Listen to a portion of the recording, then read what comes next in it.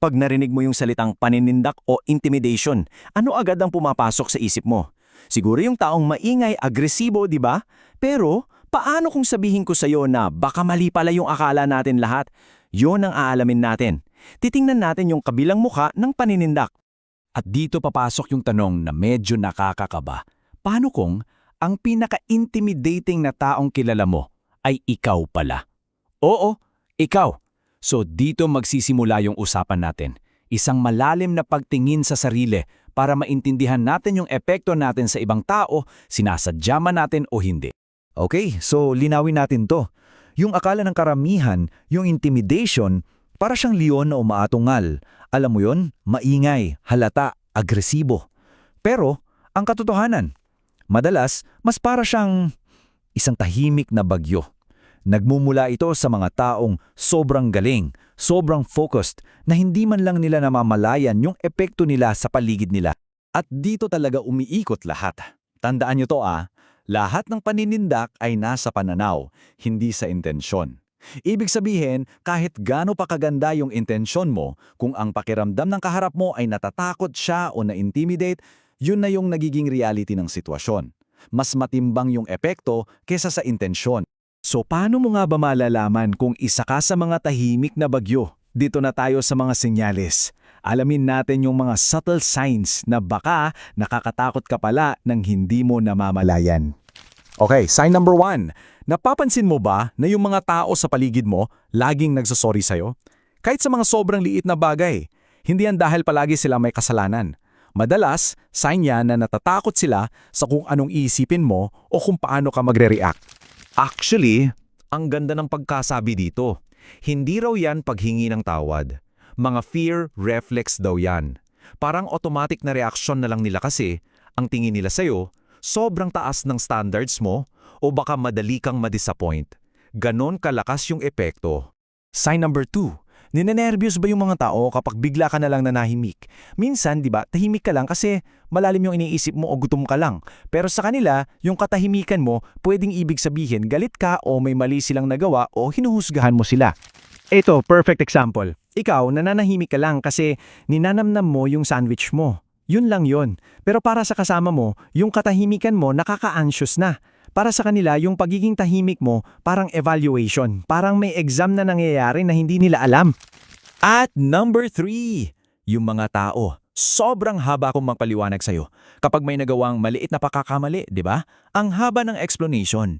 Hindi yan para magdahilan. Ang totoo niyan, takot silang madisappoint ka. Sinusubukan lang nilang pakalmahin yung sarili nilang kaba in advance. At dito na nagiging medyo complicated yung usapan. Kasi tingnan mo yung mga traits na to.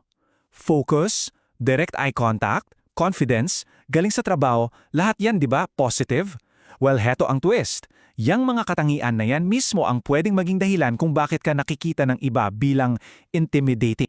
Okay, so kung medyo tinamaan ka sa mga senyales kanina, relax lang, huwag kang mag-alala. Hindi ibig sabihin yan, kailangan mong baguhin kung sino ka. Ang susunod na part, puro solusyon. Mga paraan para maging mas approachable ka nang hindi mo kailangang sakripisyo yung mga kalakasan mo. So heto yung 5 simpleng paraan. Promise, hindi ito major life changes. Minsan, yung tamang eye contact lang, yung pagiging mas open ng body language mo, at kahit isang simpleng nipi, malaking bagay na yun para maramdaman ng iba na, okay, pwede ko siyang lapitan. At para sa eye contact, may specific tip dito na sobrang useful. Tinatawag siyang 50-70 rule. Simple lang to, i-maintain mo yung eye contact 50% of the time habang ikaw yung nagsasalita, tapos 70% pag ikaw naman yung nakikinig.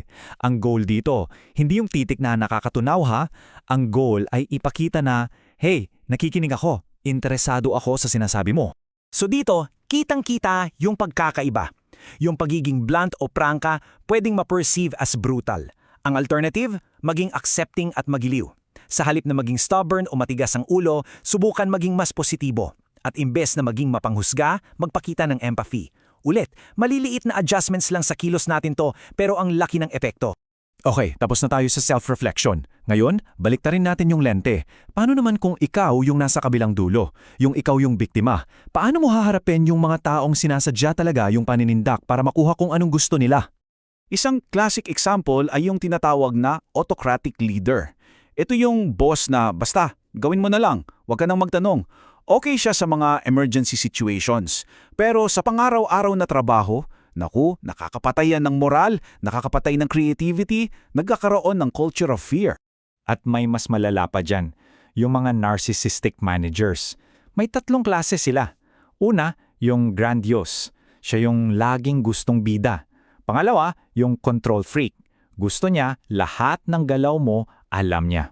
At ang pinakadelikado, yung antisocial type. Yung gagawin ng lahat para manalo, kahit pa may masaktan siyang iba. So dito na tayo sa pinaka-importante sigurong bahagi. Paano mo poprotektahan ang sarili mo, ang energy mo, ang karir mo? Hindi ito tungkol sa pakikipag-away sa kanila. This is about being smart. Paano ka magnanavigate sa ganitong katoxic na environment? Kailangan nating tandaan na yung epekto ng toxic management hindi lang yan sa kumpanya. Oo, sinisira nito yung buong organisasyon. Pero ang mas mahalaga para sa'yo, yung epekto nito sa mental health mo, sa moral mo, sa gana mong pumasok araw-araw.